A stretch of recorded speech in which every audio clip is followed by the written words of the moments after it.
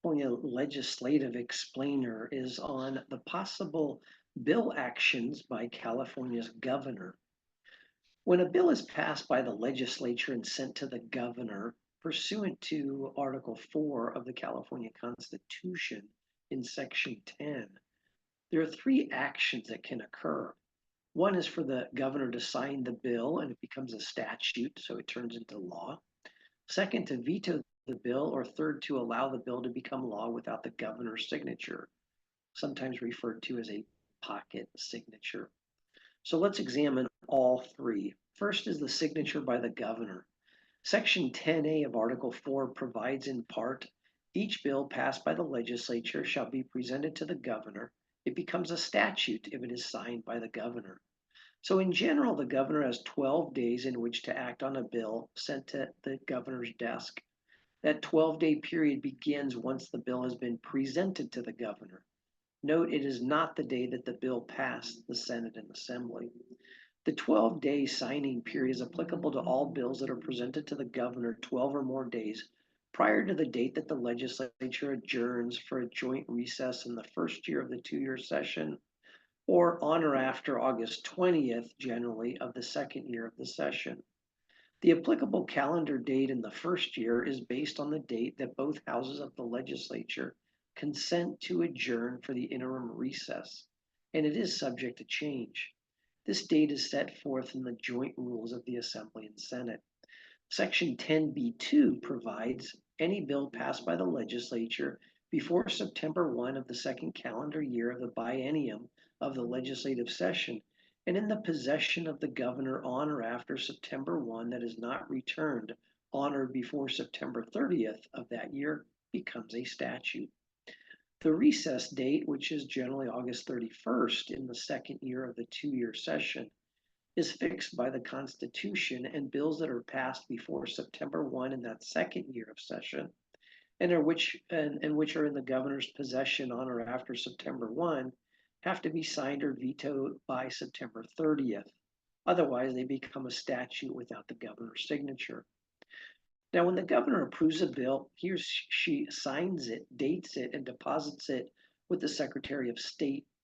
And this is the official record and law of the state. And the Secretary of State assigns the bill number a chapter number. And bills are numbered consecutively in the order in which they're received by the Secretary of State. There's only one sequence of chapter numbers maintained for each year of the regular session. As a result, the numbers do not repeat them.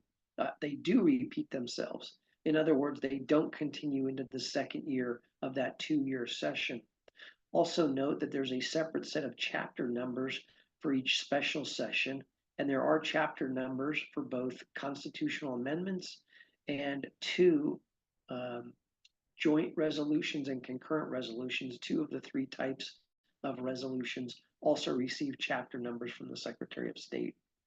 The second type of action is a veto by the governor.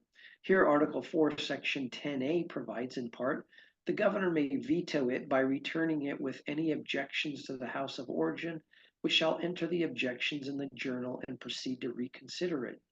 If each House then passes the bill by roll call vote entered in the journal, 2/3 of the membership concurring, it becomes a statute. When the governor vetoes a bill, he or she returns it with his or her objections to the bill to the House of Origin. And then the House of Origin can consider the veto immediately or place it on the unfinished business file. The legislature has 60 calendar days, with days in joint recess excluded, to act on the vetoed bill. Now, if no action is taken during that 60 calendar day period, then the measure is removed from the file and the veto is effective. When the legislature successfully overrides a gubernatorial veto, the bill or the items of appropriation are authenticated as having become law by a certificate, and the bill or statement authenticated is then delivered to the governor, and he or she has to deposit it with the other laws in the Office of Secretary of State. The bills deposited in the Office of the Secretary of State are given a chapter number in the same manner as if it had been approved by the governor. Just a side note on line item vetoes, Section 10 E of Article 4 of the state constitution provides the governor may reduce or eliminate one or more items of appropriation while approving other portions of a bill.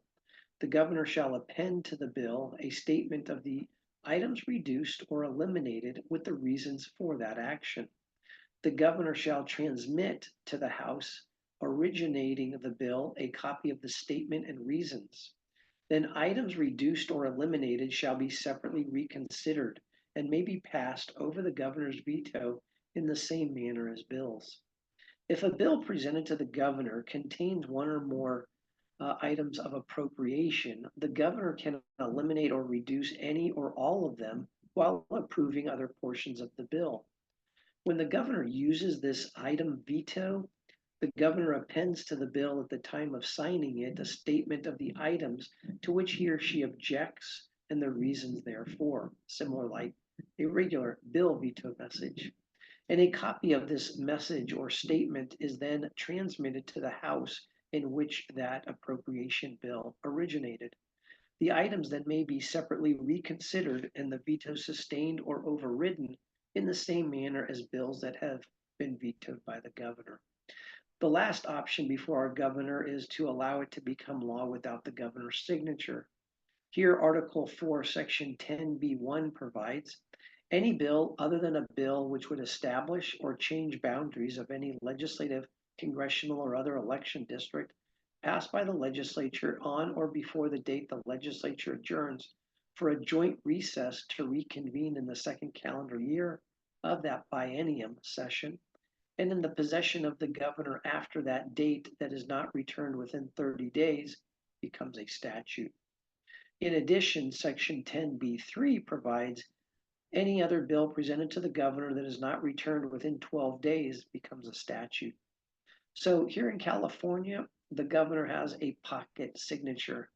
In other words, if the governor does not act on the measure within the allotted time, then the bill becomes law without the governor's signature.